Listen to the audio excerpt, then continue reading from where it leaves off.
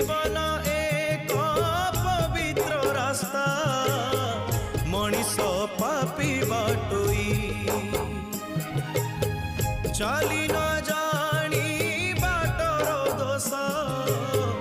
दे किछि लाभ नाही बुद्धि विवेक हजेई दे अंध हुए आखि थाई कथारे अच्छी अंध पाई कि चंद्र नाही सूर्य नाही ए जीवनटा माटी कंढे।